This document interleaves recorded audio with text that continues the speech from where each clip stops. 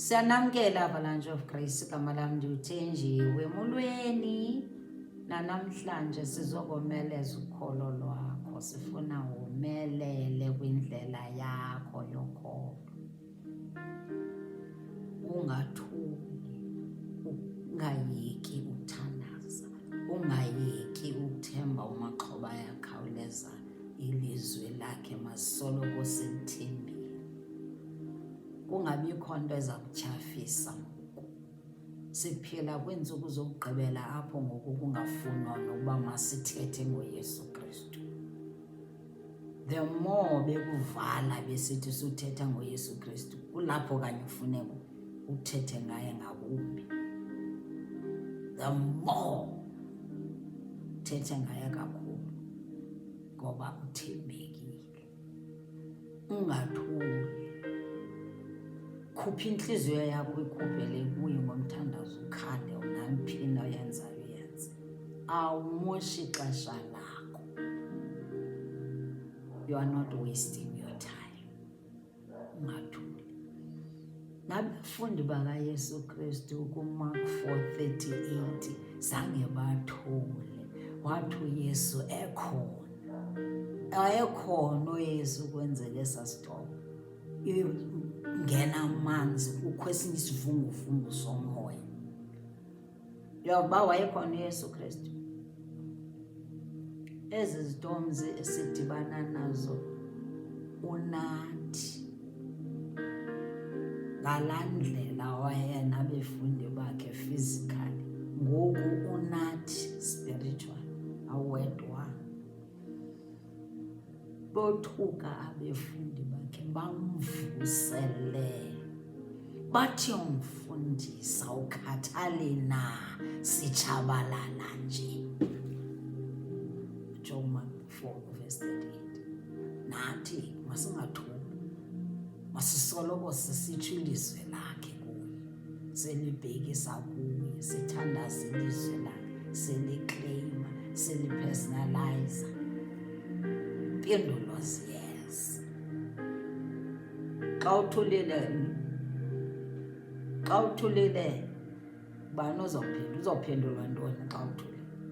Ungathuli. Keep on prophesying. Ngoba the greater one lives in you. 1 John 4:4 uthi the greater one.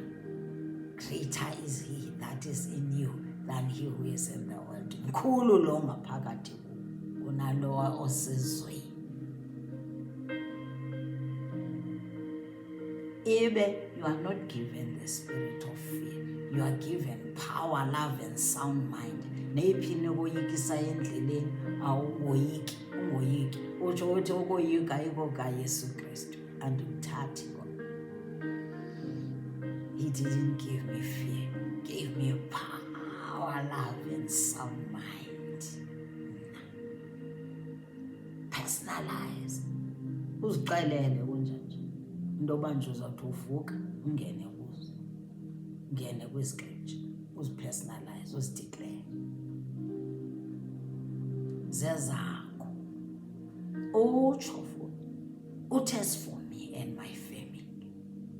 A prophet anjalo. As for me and my family, we will serve this God. Through thick and thin, we will serve this God. Xesha lokuthula ngokuliphelile. Awumoshi ixesha lakho. Zokomeleza, awumoshi ixesha lakho. Themba uYesu Kristu. Ebekwe Revelations 12:11 uthi wathi we will overcome the evil one with the blood of Jesus and the word of our testimonies. Ungabikho umuntu okuthulisayo itestimony yakho. Nayiphi na oyithethayo uyatestify. We will overcome by the blood. There's power in the blood of Jesus Christ. Akuthethwa ngeblood nje lenkuku nelegusha neleko. Thethwa the divine blood of Jesus Christ. Ekufuneka siyifumane ngantoni? Ngokholo.